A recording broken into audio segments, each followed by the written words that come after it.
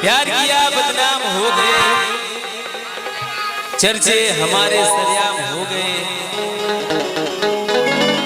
प्यार किया बदनाम हो गए, चर्चे हमारे सरेआम हो गए। और जालिम ने उस वक्त दिल तोड़ा जब हम इसके प्यार के गुलाम।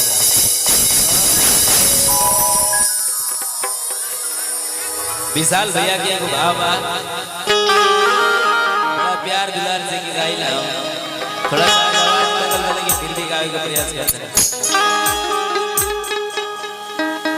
है ना? हर दिलवा में सपना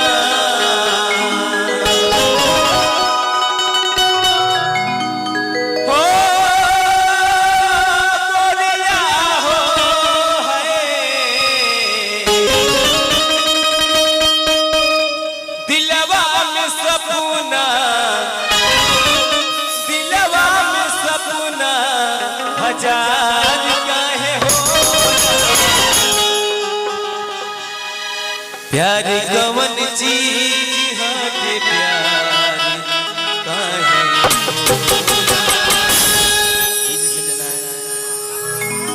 यारा